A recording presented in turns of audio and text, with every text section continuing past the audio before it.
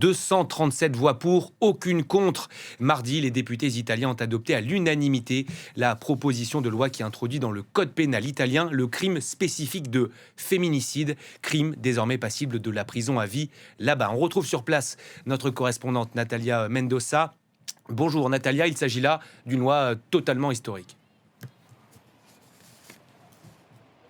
Effectivement, une loi historique puisqu'elle inscrit pour la première fois dans le code pénal italien la définition autonome du féminicide. Concrètement, il s'agit de l'article 577 du code pénal qui punit de la réclusion à perpétuité le meurtre d'une femme, je cite, par discrimination, haine ou violence, ainsi que des actes de contrôle, possession ou domination sur les victimes en raison de son sexe ou le meurtre commis en lien avec le refus de la femme d'établir ou de maintenir une relation affective. Jusqu'à présent, le code pénal prévoyait seulement des circonstances aggravantes pour les homicides des femmes, mais cette loi va plus loin. Elle fait du féminicide un crime à part entière. Elle donne une catégorie spécifique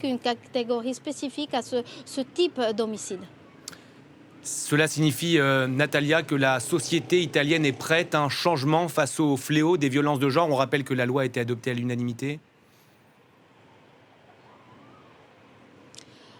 Oui, c'est difficile à dire. Alors, d'une part, c'est vrai, vous l'avez dit, le texte a été adopté avec une large majorité, 237 voix pour, aucun vote contre. Cela témoigne clairement d'un consensus politique rare ici en Italie, mais clairement, ce n'est pas une loi qui va rayer d'un trait des décennies de violence et de stéréotypes qui sont ancrés dans les mentalités. C'est un nouveau cadre légal, mais ce que les associations de lutte contre les violences sexistes réclament, c'est vraiment la mise en place de politiques de prévention beaucoup plus fortes, plus incisives pour aboutir véritablement à un changement culturel. Pour cela, elle considère qu'il faut agir dès le plus jeune âge à l'école. C'est ce que nous explique Alessia Di Vincenzo, membre de l'association Differenza Donna. C'est une association qui milite pour l'instauration de cours d'éducation affective dans les écoles publiques italienne. Écoutons ce qu'elle nous a dit en interview.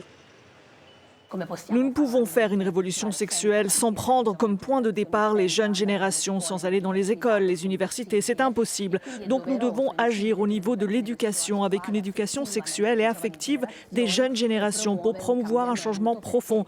Car souvent, les jeunes suivent le monde adulte qui véhicule le concept de contrôle et de possession dans les relations. Et nous savons que cela est à la base de formes de discrimination et de violence de genre.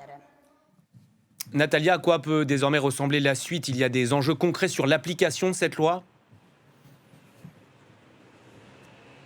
Alors, d'abord, l'application concrète de cette loi dépendra de la capacité des juges à qualifier un meurtre de féminicide.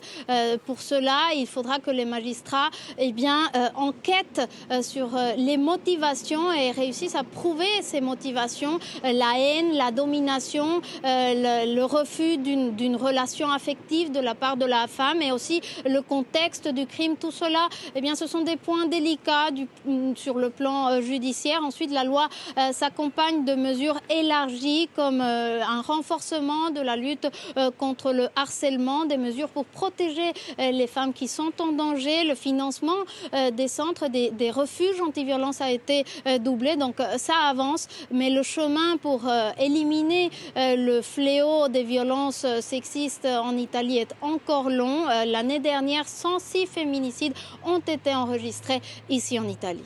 Merci Natalia pour tous ces éléments.